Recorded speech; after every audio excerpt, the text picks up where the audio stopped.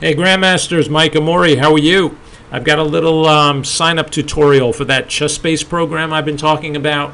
Chessbase, the standalone version, is like the Cadillac of all chess programs. Every top trainer, teacher, and certainly player uses this.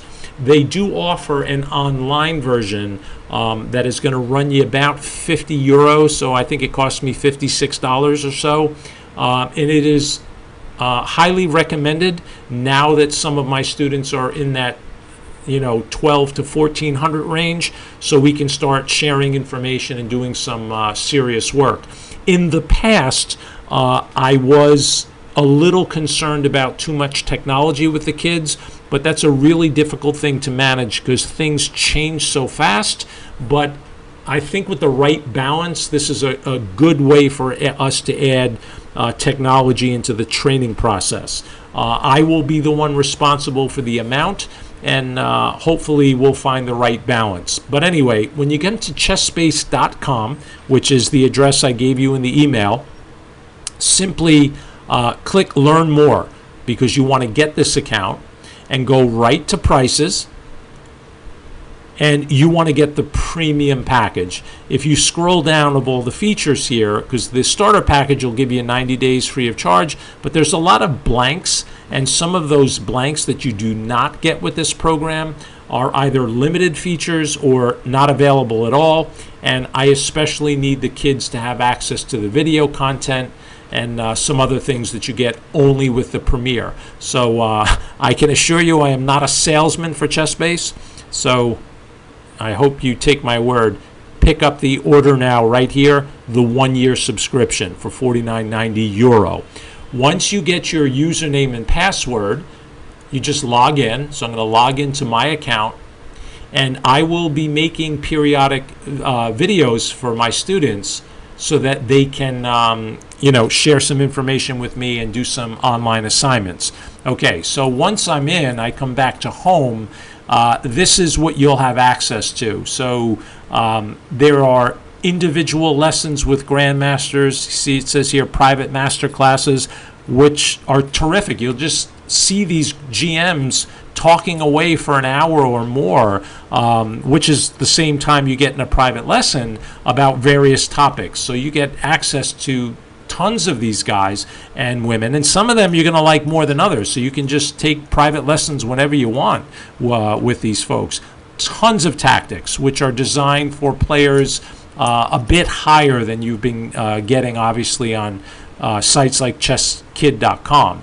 The training exercises are terrific, but let me show you one feature we'll be using extensively is the online database. So if I click this on, I'm going to get a chessboard that pops up, and I now have access to about 8 million top-level games. So let's say one of our WCA grandmasters plays e4, and they're not really sure what to do when black answers with knight f6. Now, I think most of my students have an idea, but as you start getting into the 1400s, you're going to start needing to be prepared for certain types of openings. Me personally, I start to teach them when the students are solidly in the 1200s, and I've been asked why not earlier, and the reason for that is there's too much instability.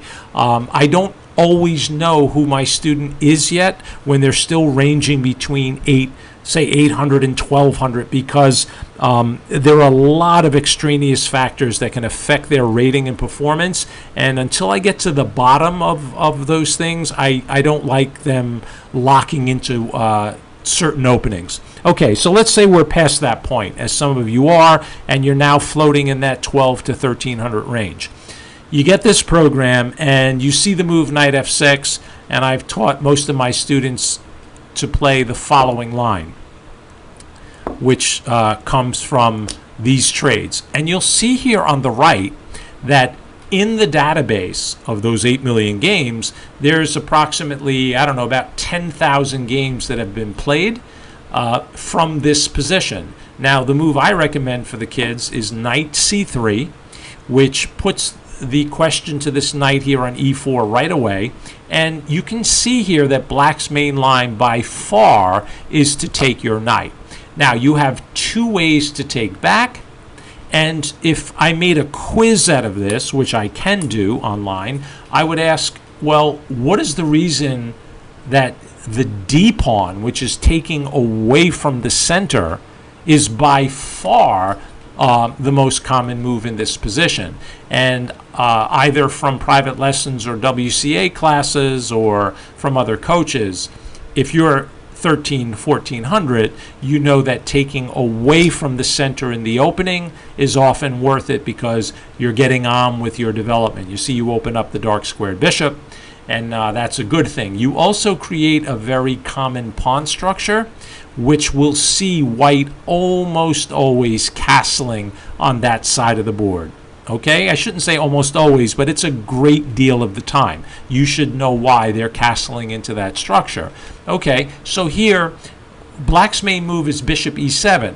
Okay, so let's say you got this position and you went this far, and your opponent played bishop e7, let's say at a tournament in Norwalk, and this is where your knowledge began. Okay, so what do you do from here? Aside from going over the game with me, you can come to this program, click bishop e3, which is white's main move, come over to this section, look up here, you see where it says search board? If I click that on, now all the games that are listed in this program happen to be from this exact position. So if I'm interested in this from the white side, I could just look at some of the players here. Well, you actually can't see the players on the left because my screen capture is cutting off. You're only seeing the black side, but it really doesn't matter. I can just click on, and here's a game between two top-level GMs. You know, these are 2700s. And again, you don't have to memorize this game, but how could we use this product? Just go over games. There's, excuse me, a make move button up here on top. As soon as you click it, the screen is going to play the next move in this game. You can also use the arrow buttons on your keyboard. Okay, so what am I doing here? I'm just clicking the moves, and I'm quickly saying to myself, why did white do that? I don't have to make a master class out of this. I can click the move, briefly say to myself, hey, what's going on here? Why did white do that? They probably want to castle queenside. Click the next move for black. Okay, developing the knight. I might ask, why did the knight go to d7 and not c6? Well, maybe this knight wants to come out to the c5 square. I'm not sure. Maybe it wants to come to the f6 square. So how am I going to find out? Just go over the rest of the game. And again, this is an introduction to this program. I'm not going very deep, but I will tell you that if you can do this with all of your own games, you're really going to improve. There is an opening feature here that I'm not going to demonstrate in this video that will allow you to put your own games and notes, and at the same time keep them forever so that the next game you play in that variation, you can go back to your opening section and review that. Add new information, add new moves, and then build your own repertoire. There's a training feature here too that again I will not show now, that I will begin to work with the students, that you can actually practice your openings before a tournament. Just sit there and keep clicking what you think is the correct move. The machine will tell you when you made a mistake. Okay? I'm going to leave it at that. As soon as you get the program, just let me know and we'll get to work. Okay, Grandmasters?